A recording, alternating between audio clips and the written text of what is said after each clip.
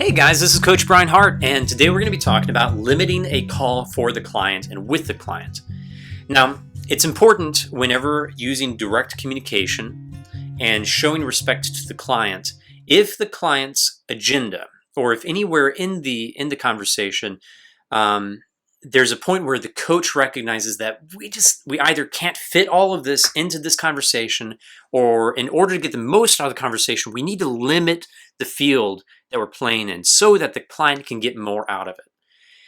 It's something where the coach should do that, should offer to limit the conversation if it's going to best serve the agenda of the client. Let's say the client brings up the topic of job search as the focus of the agenda, and as the coach digs into what the client wants to take away from the call in terms of a job search, they bring up how by the end of it, they want to have a better understanding of how they will do best in an interview. They want to have a plan for building their resume, a plan for building their cover letter, a plan for networking with people, an understanding of what's gone wrong in the past, an ability to negotiate salary, and on and on. And so a client can bring all of that stuff to the call.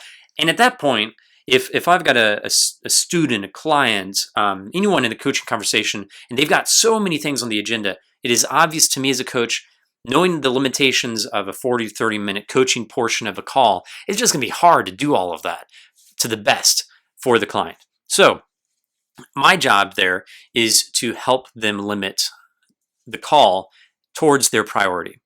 So I could either do that by limiting it for them and telling them what I think is most helpful. But that creates an automatic fail, for one, according to the ICF standards, and it's just rude. It's assuming that me as a coach, I know that negotiating salary is really the most important thing that they need to focus on right now. How could I know that? Or anything that comes up in the conversation that I feel needs to be limited, I do not know what's best for the client.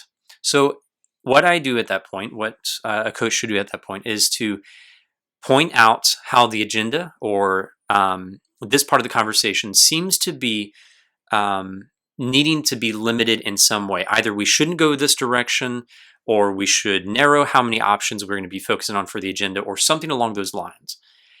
I make that observation, and then I ask for the client to give me feedback. Then we work together and say, okay, based on this, how should we proceed to get the most out of this conversation? And let the clients embrace that and make a decision. And so that's the best approach. Whenever needing to limit the conversation, it is totally legitimate. The coach, to be the best advocate for the client, needs to be willing to limit the conversation, but doing it only with the client in partnership with them to build the best conversation to meet their needs. I hope this is helpful. You can check out these other videos here, and as you continue to grow as a life coach, others that you work with will get more and more out of the conversations that you have, because they're going to be targeting the things that matter most to them. Keep growing. You'll see the growth of your clients as well. Thank you.